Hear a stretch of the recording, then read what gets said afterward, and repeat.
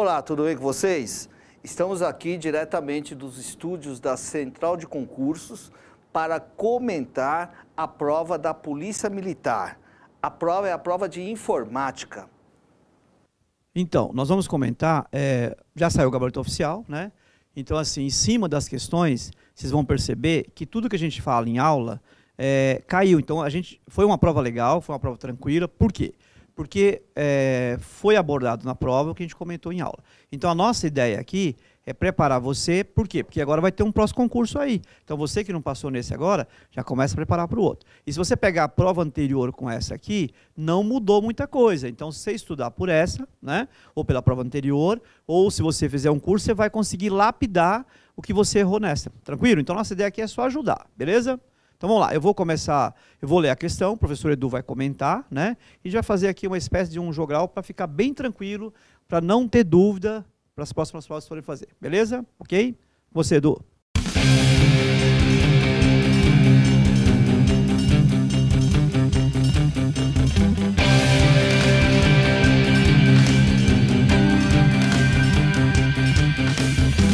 Quem irá participar desse nosso encontro? Quais são os professores da Central? Professor Carlos Dias, professor Celso Reis e o professor Eduardo Benjamin, que sou eu. Então eu vou ler a questão agora e o professor Edu vai comentar, beleza? Olha, bem cara a VUNESP, não mudou muita coisa. Considere alguns elementos da janela do explorador de arquivo do Windows 10, porque no Windows 10 é explorador de arquivo, no 7 é o Windows Explorer. Lembra disso? Tranquilo. Então, na sua configuração padrão, importante saber aí, ó, configuração padrão, descrito a seguir. Aí ele colocou algumas opções ali. Item 1, barra de endereço, computador, disco removível, unidade F. E tem a opção diversos ali, beleza? O arquivo documento do Word, aula 7. Aí ele colocou ali embaixo, ó, você viu que a VUNESP está mudando muito. Está aumentando o texto. Antes você tinha a prova da VUNESP com 2 linhas só. Agora olha o tamanho do texto que ele colocou ali. Então, terminando a leitura aqui. Assumindo que o arquivo aula 7 está selecionado, assinar a alternativa que apresenta o local em que ele se encontra e a ação que será executada quando o usuário pressionar a tecla Del ou Delete, confirmar a ação respectivamente. Tranquilo? Então, o que ele fez aí? Ele selecionou e apertou o Delete. O que interessa é só o finalzinho. Vai lá, professor Edu. Aí ele coloca como alternativas A, pasta diversos do pendrive ou HD externo, é a unidade que ele diz que está o determinado arquivo, e a partir da ação do Del, o arquivo será eliminado permanentemente. Essa é a alternativa A. A alternativa B, ele diz que a pasta diversos do pendrive ou do HD externo. Então, segundo aquela estrutura que ele colocou no início, ele está dizendo que a pasta diversos está no pendrive ou no HD externo e se dá Del, o arquivo será movido para a lixeira. C, pasta downloads, ele diz que o arquivo diverso está na pasta download e o arquivo será eliminado permanentemente. D, bibliotecas documentos e o arquivo será movido para a lixeira. E E, bibliotecas documentos, o arquivo será copiado para a lixeira. Eu vou voltar um pouquinho aqui na alternativa, pessoal, para você ver o seguinte. Quando ele coloca disco removível ali no caminho, ó, o caminho é barra de endereços, é onde está sendo mostrado o caminho, computador, é o computador do usuário, disco removível, a unidade é de disco removível. E aí, dentro da unidade F, 2 pontos, você sabe disso, você coloca o seu pendrive ou HD externo, ele recebe uma letrinha, aparece a opção diverso. Diante disso, nós já podemos eliminar a alternativa C, D e E. E aí, chega na alternativa A e alternativa B, e que você precisa saber o seguinte, tá? Olha só, a VUNESP deu como alternativa correta a alternativa A. E nesta imagem que nós preparamos para você aqui, é bom você saber, é bom você relembrar o seguinte. Se você tiver um arquivo numa mídia removível tipo pendrive e dá Del, ele não vai para a lixeira. Mas, se você der um Del num arquivo que está no seu HD externo, por exemplo, ele vai para a lixeira. Tá, aí você me pergunta, professor, por que a alternativa A? Eu vou convidar o professor Carlos de novo aqui, porque o professor Carlos ele tem uma boa explicação para isso, que é a característica da banca, a característica da VUNESP. Ok? Então vamos lá então. Ó, gente, a VUNESP trabalha assim. Então a gente tem que, por isso que a gente sempre comenta em aula. Gente, foco na prova. Se a sua prova é VUNESP, foca na VUNESP. Sua prova é CESP-UNB, CESP-UNB, Carlos Chagas, Carlos Chagas. Ou seja, cada um vai ter uma característica. E aí, nem sempre o que é certo para a gente, no termo técnico, é considerado certo para a VUNESP. Então, conforme o Edu explicou aqui, quando você apaga do HD externo, ele também vai para a lixeira. Esquece isso para a VUNESP, só para a VUNESP. A VUNESP, ela fez já em diversas provas, por isso que a gente está explicando isso aí, ela considera o seguinte, tudo que você apaga do HD interno, ele vai para lixeira. Tudo que você apaga de outra mídia, vai para onde? Vai direto para o inferno, ou seja, não vai para lixeira. Tranquilo? Isso é VUNESP. Por isso que a VUNESP considerou aqui a letra A. Embora, se você vê isso aí tecnicamente, como o Edu brilhantemente explicou, a alternativa B também poderia estar correta. Mas, gente, eu tenho que ter razão ou acertar a questão da prova? Não, eu tenho que acertar a questão da prova. Então, por isso, nós marcamos a letra A.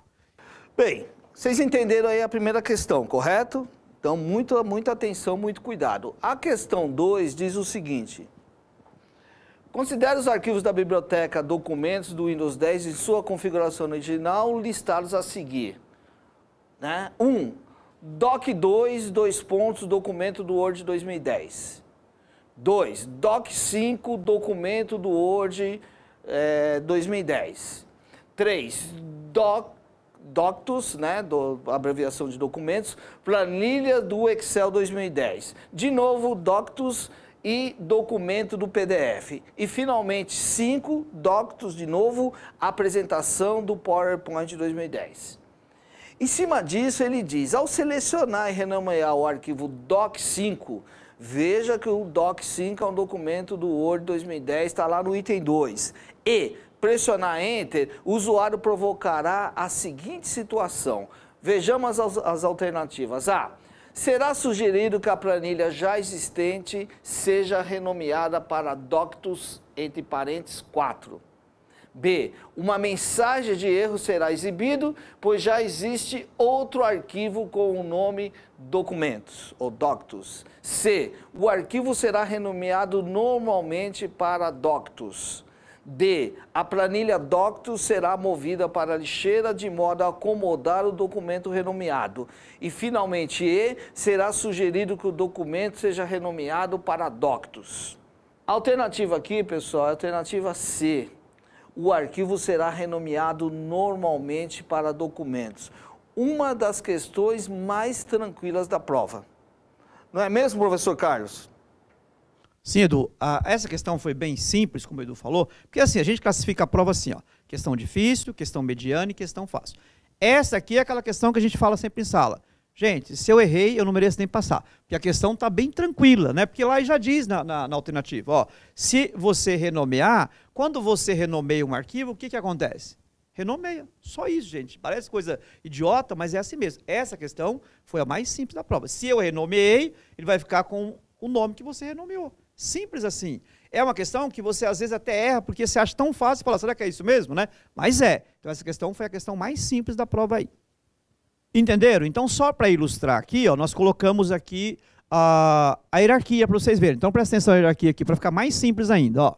Ó, nome do arquivo, nome principal, extensão, a pasta e a subpasta do arquivo.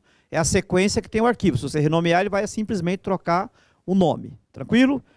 A única coisa que você não pode fazer, o que você não pode ter, é 2 arquivos com o mesmo nome no mesmo local. Ok? Então, isso só é ressalva aí. Mas o resto está bem tranquilo. É simples, é só pensar na lógica. Eu não posso ter 2 nomes iguais no mesmo local. É só isso que vai acontecer. Mas se você renomear e ele não está indicando que o nome já existe, ele simplesmente vai trocar o nome. Beleza? Tranquilo? Vamos para a próxima, então. Alternativa 3 diz o seguinte.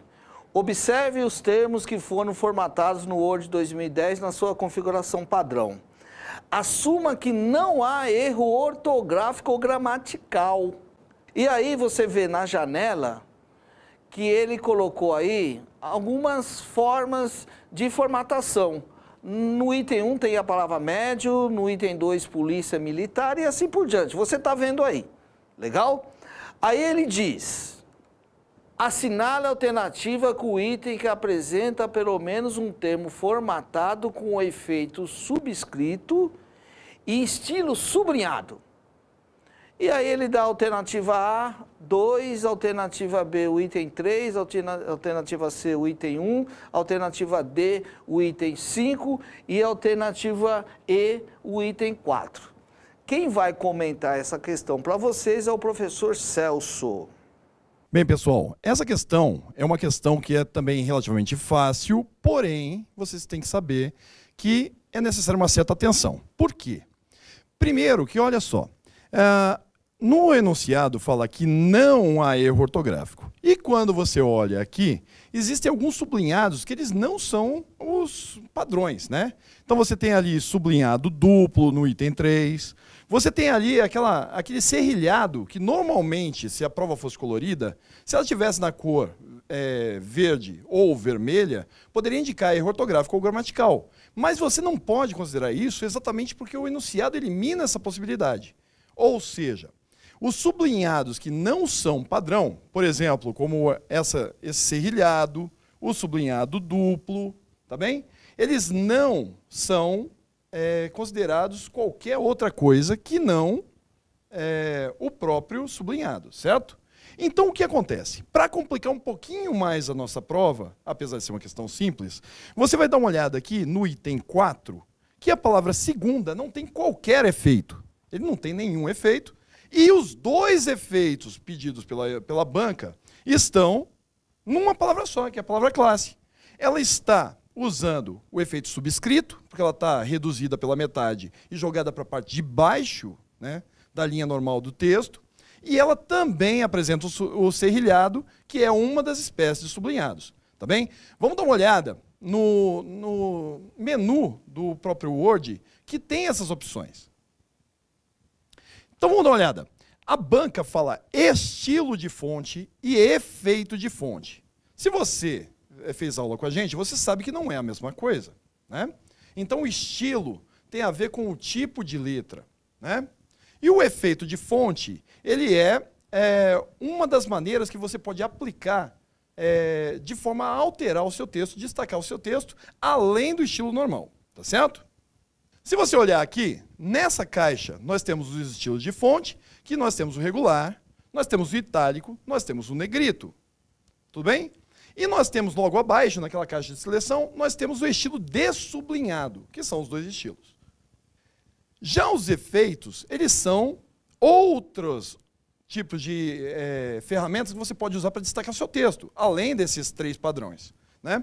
Que é, por exemplo, taxado, o sobrescrito, o versalete, que é uma coisa que às vezes cai em concurso, mas é pouco usado. Né? Então não confunda, apesar de ser muito parecido de estilo com efeitos, nós temos que saber diferenciar um do outro, e é isso que a banca pediu. Tá certo? Então, como resultado da nossa questão, a única que atende a todos os requisitos é o item 4, ou seja, alternativa E. Vamos então analisar a próxima questão. Observe as figuras inseridas em um documento do MS Word 2010 em sua configuração original. Você pode observar que nós temos ali uma série de figuras dentro de um documento do Word. Assinale a alternativa que apresenta somente as figuras que aparecerão no índice de ilustrações a ser criado pelo usuário. Alternativa A, círculo. Alternativa B, retângulo. Alternativa C, estrela e triângulo. Alternativa D, seta. E alternativa E, retângulo e círculo. Agradecer ao professor Celso, né? A alternativa aqui dessa questão é a alternativa C, estrela e triângulo. Vejamos, não é uma questão comum da VUNESP, não é uma questão simples. Eu vou voltar aqui um pouquinho a tela e eu gostaria que você verificasse o seguinte. Nas imagens que ele apresenta, você vê que a estrela e o triângulo tem uma coisa chamada legenda. Legenda.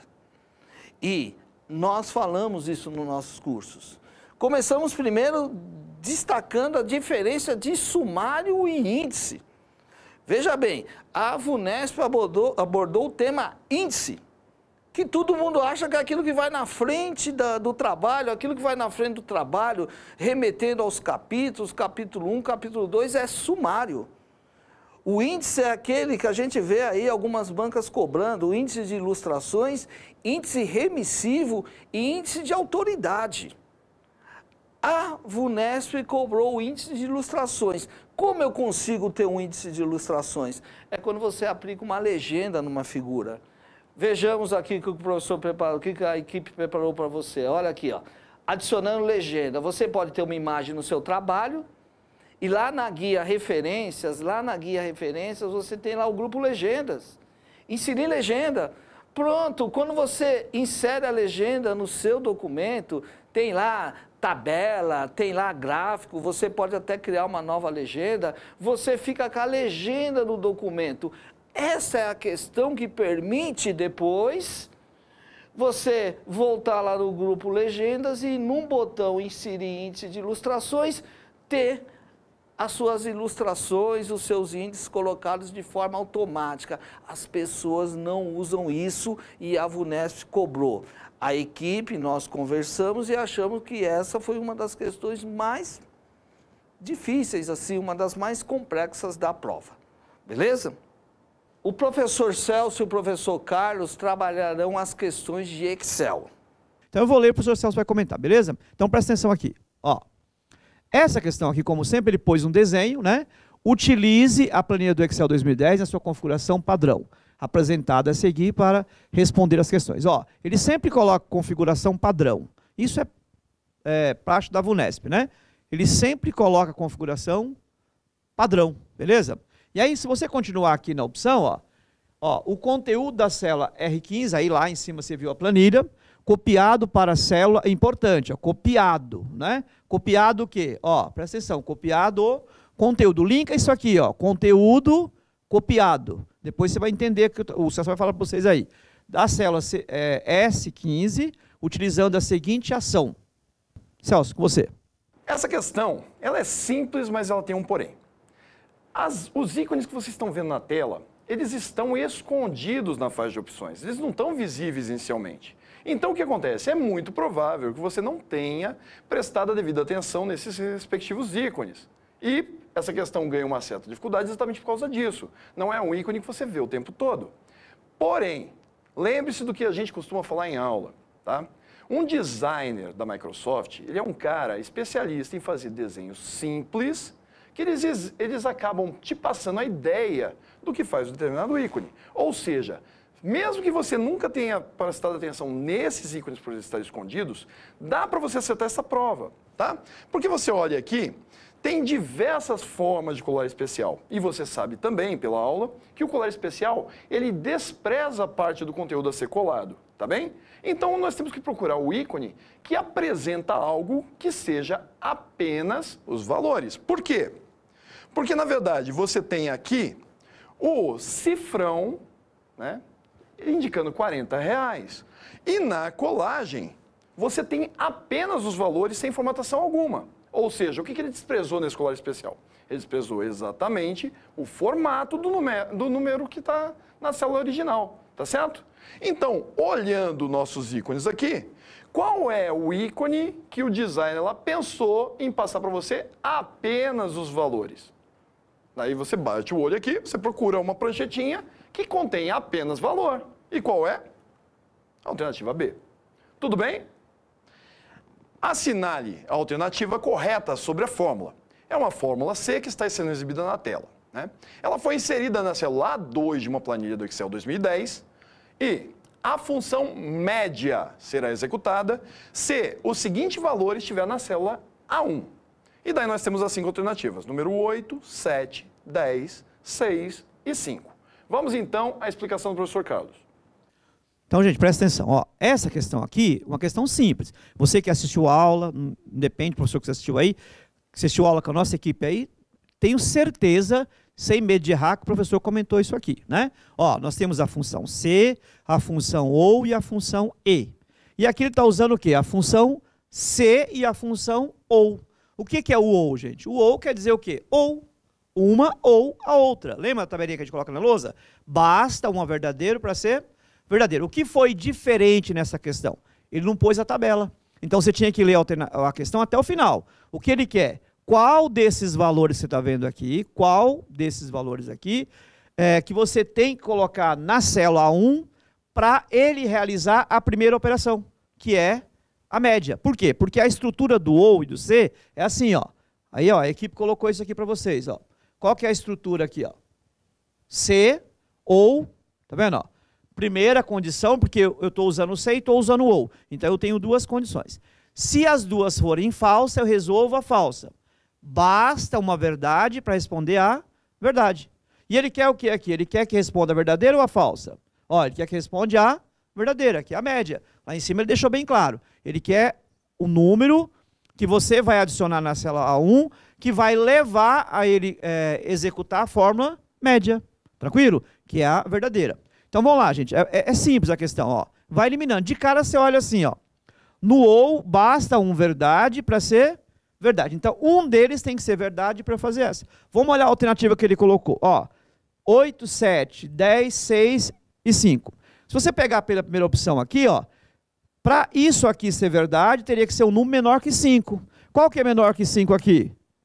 Nenhum. Então, você já descartou essa opção, beleza? Vamos para a próxima. A próxima, para ser verdade, tem que ser maior ou igual a 9. Gente, presta atenção, olha que legal. 8 é maior que 9? Professor, claro que não. Beleza, então já elimina. 7 é maior que 9? Também não. Aí você tem que saber qual que é maior ou qual é menor, beleza? Vamos lá. O 10, deixei de lado. A D, 6 é maior que 9? Também não. 5 é maior que 9? Também não. Sobrou qual? A letra C. Ou seja, só pode ser a letra C, por quê?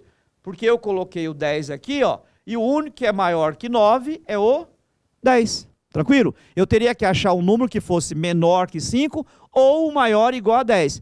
O maior igual a 9. E o maior igual a 9 aqui é o 10. Por isso que a resposta aqui, qual que é? Letra C. Gente, para não errar essa questão, é só olhar isso, ó. Faz igual o professor da equipe aqui fez, ó. Teste 1, teste 2. Se um dos dois for verdade, eu faço a primeira. Se não, eu faço a segunda. Tranquilo? Uma questão um pouquinho diferente, porque ele não pôs tabela, ele não quer o resultado, ele quer saber qual o número que você vai preencher para executar a primeira operação. Tranquilo? Beleza? Ok? Vou chamar agora o professor Edu para responder a próxima questão. Tranquilo? A questão, a próxima, cabe ressaltar aqui uma coisa, pessoal. Por que a gente não usou o número da questão da prova? Porque como são várias provas, né, apesar da questão estar na ordem comum, por exemplo, essa questão ela aparece em todas as provas, as alternativas estão dispostas de forma diferente. Por isso que a gente resolveu usar o número aqui sequencial, porque senão você poderia estar com uma prova, recebendo o gabarito de uma alternativa, então cabe ressaltar isso aqui. Bem, a questão 7 diz o seguinte: na figura a seguir, é apresentado parcialmente um slide do PowerPoint 2010 em sua configuração original, com o respectivo painel de animação e seus objetos animados. Perfeito? Aí ele diz, o objeto trator, vou voltar aqui um pouquinho, objeto trator, olha, ele colocou lá, ó, trator, ele identificou o objeto na imagem. Indicado na figura, aparecerá no slide logo após o A, segundo clique do mouse, B, terceiro clique do mouse, C, quarto clique do mouse, D, primeiro clique no mouse, né, e E, o slide entra em modo de apresentação. Professor Celso, comenta aí para a gente, por favor. Bem, essa questão, ela envolve o painel de animação. Você que frequentou nossas aulas, você sabe que quando nós temos uma questão do PowerPoint, ele vai pedir alguma coisa que também não está presente no Word, porque um editor de slides é um editor de texto um pouquinho diferente para você exibir em tela. Então nós falamos na aula para focar naquilo que existe no PowerPoint E não existe no Word, porque muitas funções são praticamente iguais, tá bem? Então, o painel de animação, apesar de ser um recurso avançado do PowerPoint, costuma cair com determinada frequência. Então, vamos dar uma olhada com cuidado no painel de animação para que você relembre como ele funciona, tá? Nós temos aqui, quando você coloca animação em algum objeto no PowerPoint, ele vai indicar do lado dele um númerozinho. Então, você pode ver aqui, né, o número 1, 2, o 3 e o 4. Ele repete algumas vezes, tá bem? Esses mesmos números estão presentes no painel de animação, porém, no painel de animação você vê por que ele está numerado. Então, quais são a maneira com que o PowerPoint te indica isso aí? Ele te indica, por exemplo, cliques de mouse com uma figura de mouse. Ele te indica uma animação feita logo após a anterior, usando um reloginho. E ele também usa a animação junto com a anterior, no caso aqui no Picture Set, quando não tem nenhum ícone nele. Ou seja, esse Picture Set que está aqui, ele acontece junto do clique número 3. Esse aqui que tem um reloginho, ele acontece logo após encerrar a animação do item 2. Tudo bem?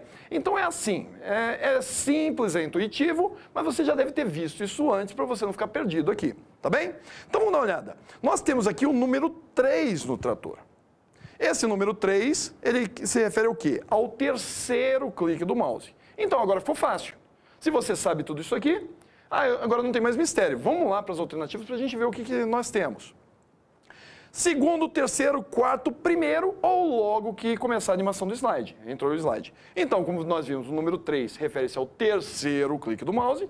Então, nossa alternativa é a B. Vamos então à última questão de informática na nossa prova. Conforme se verifica na figura ao lado, um e-mail foi digitado no Microsoft Outlook 2010, na sua configuração padrão. Nós temos aqui uma mensagem, então, em que foi enviada de vunesp@concurso.com.br e ele foi para a Polícia Militar, sp.gov.br, e com cópia para a banca e com cópia oculta para a auditoria, tá certo? Então, o texto aqui não é muito relevante na questão, mas nós temos que focar nessa parte de destinatários e remetente, tá certo? O usuário auditoria da Vunesp, ao receber o e-mail, decide responder a todos usando a respectiva opção do Outlook. Assinale a alternativa que contém os destinatários que serão preenchidos automaticamente pelo Outlook na nova mensagem. Então, na alternativa A, nós temos a Polícia Militar e a banca. Na alternativa B, a Vunesp. Na alternativa C, Vunesp e Polícia Militar. Na alternativa D, nós temos a Polícia Militar apenas. E na alternativa E, nós temos praticamente todo mundo aí. Vunesp, Polícia Militar e a própria banca. Tá bem? Então vamos agora olhar com o professor Edu para ver a explicação para essa questão, que é mais difícil do que parece. Bem, pessoal, essa questão pegou muita gente de calça curta. Por quê? Porque durante as novas versões do Outlook, esse conceito, que é um conceito extremamente lógico, mudou um pouquinho.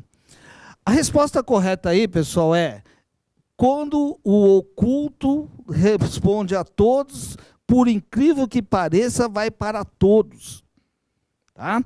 Por que pegou de calça curta? Eu trouxe essa imagem aqui para vocês, ó.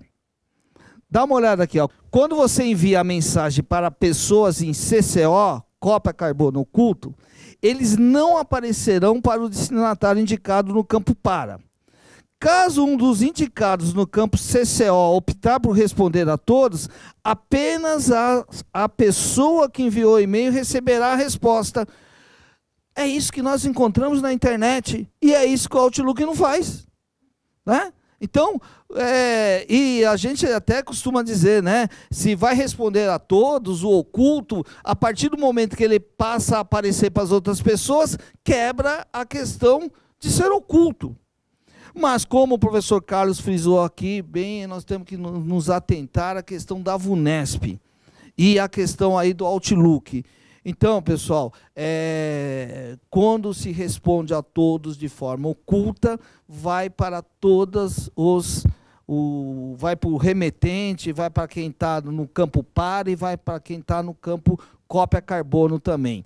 Até um membro da nossa equipe aqui, o Fábio, comentou, responder a todos em cópia carbono e cópia carbono oculta, se mostra da mesma maneira, se mostra de forma idêntica. Legal? Então, querido aluno, aluna, chegamos ao final dessa correção. Espero que você tenha gostado. Em nome da equipe de informática da Central, que não estiveram aqui, nós agradecemos a todos vocês. Carlinhos? Olá, gente.